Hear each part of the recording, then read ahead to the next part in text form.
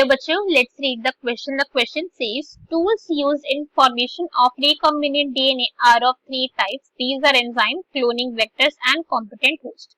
Lysing enzyme are used to extract the DNA for experimental purpose from the cell. Cleaving enzyme breaks the DNA molecules. These are of three types. Exonuclease, endonuclease and restriction endonucleases. A competent host is required for transformation with recombinant DNA and cloning vectors to help to propagate DNA.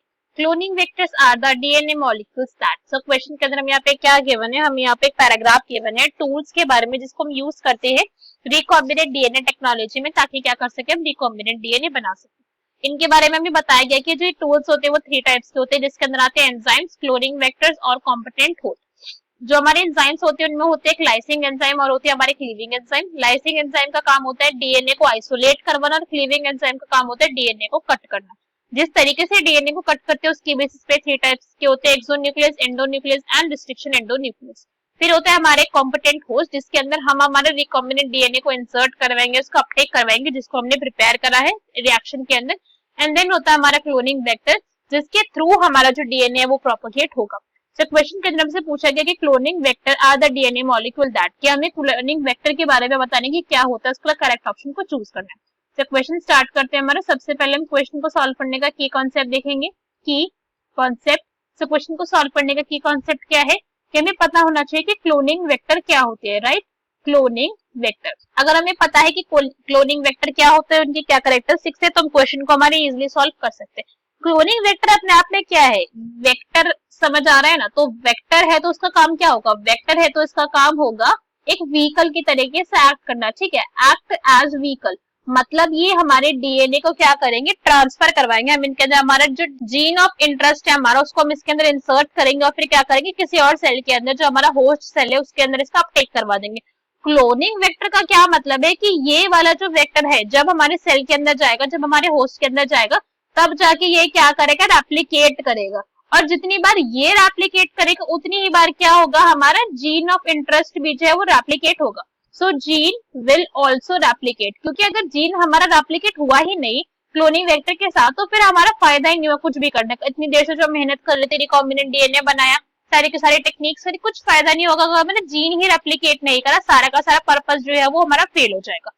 So cloning vector के कुछ हमारे features होते हैं। Okay, there are some features of cloning vector, जो अगर किसी vector के अंदर प्रेजेंट हो तो कह सकते हैं कि हाँ ये क्या है, एक आइडियल क्लोनिंग वेक्टर है जिसको हम यूज कर सकते हैं हमारे रिकॉम्बिनेंट डीएनए टेक्नोलॉजी में।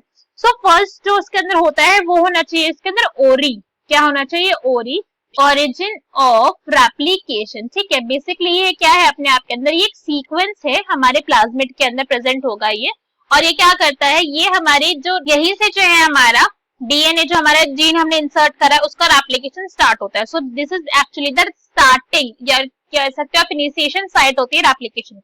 इसके बाद यहाँ पे क्या प्रेजेंट होते हैं, इसके बाद यहाँ पे प्रेजेंट होते हैं selectable marker. There are selectable marker. Selectable marker क्या होते हैं, सिलेक्टेबल मार्कर भी ऐसे जीन्स होते हैं जिनका हम यूज करते हैं ताकि हम सेल्स को जो है वो आइडेंटिफाई करवा सके कि कौन सा हमारा सेल जो है कॉम्पिटेंट सेल है, मतलब उसने हमारे रिकॉम्बिनेंट डीएनए का अपटेक कर लिया, और किसने नहीं करा, नॉन रिकॉम्बिनेंट सेल है हमारा, फिर नॉन कॉम्पिटेंट सेल है।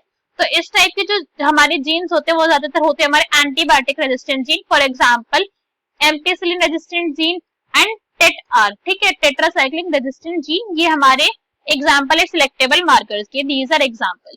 नेक्स्ट अगर हम बात करें जो हमारा फीचर होता है किसी भी क्लोनिंग वेक्टर के, कि उसका जो साइज है ना, उसका साइज स्मॉल होना चाहिए, स्मॉल साइज, क्योंकि अगर बहुत बड़ा साइज होगा तो सेल उसको अपने आप ही अपटेक नहीं कर पाएगा। वो कहेगा कि भाई इतना बड़ा तो मेरे अंदर प्लाज्मा मेम्ब्रेन के अंदर होल भी नहीं है, पोर भी नहीं बना, अपटेक करूं मैं कहां से। इसके बाद जो अदर कैरेक्टरिस्टिक्स होती है इसकी, कि इसके पास प्रेजेंट होनी है मल्टीपल क्लोनिंग साइट, जिसको हम एमसीएस भी कहते हैं, मल्टीपल क्लोनिंग साइट। कि ऐसा नहीं है कि हमारा जो वेक्टर है या फिर हमारा जो प्लाज्मिड है वो एक ही जगह से वो क्लोन करना स्टार्ट करे, फिर एक ही जगह से रेप्लिकेट करे, काफी सारे साइट्स प्रेजेंट हो ताकि जल्दी जल्दी हमारा जो है वो रेप्लिकेशन प्रोसेस हो सके हमारी क्लोनिंग वेक्टर की। सो this is also a very important process. इसके साथ साथ जो हमारा एक अनदर पॉइंट है जो which is also very important, कि ये अपने आप में स्पेसिफिक होना चाहिए, ठीक है, इट शुड बी स्पेसिफिक, कि जिस जगह पे हमको इंसर्शन करवाना है, जिस जगह पे हमको ऐड करवाना है, जिस जगह से हमको रेप्लिकेशन करवाना है वहां पर हो जाए।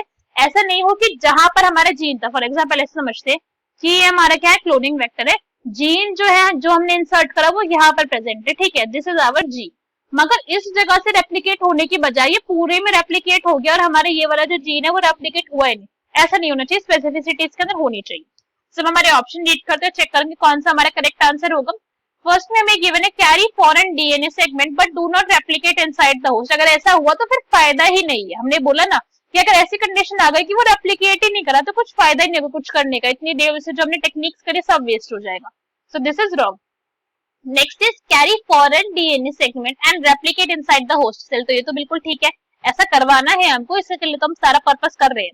Next is transfer nuclear DNA from nucleus to cytoplasm of the same cell, नहीं ऐसा कुछ नहीं करवाता वो। न्यूक्लियर डीएनए को जो हमारा क्लोनिंग वेक्टर है वो डिस्टर्ब नहीं करता है, ठीक है। हमारा जो यहाँ पे चेंजेस आते हैं वो आते हैं एक्स्ट्रा क्रोमोसोमल डीएनए जिसको हम यहाँ पे प्लाज्मिड कह रहे हैं, तो न्यूक्लियर डीएनए को इंटरप्ट नहीं करा जाता है ज्यादा। Helps in sealing gaps in DNA segment, no, ये जो काम होता है वो एक एंजाइम के थ्रू करवाया जाता है, दैट इज लाइगेज। लाइगेज का काम होता है गैप्स जो आ गए डीएनए के सेगमेंट में उनको सील करना। सो क्वेश्चन का हमारा करेक्ट आंसर क्या हो जाएगा, that will be option number B, that is carry foreign DNA segment and replicate inside the host cell. I hope you understood the explanation well. Best of luck. Thank you.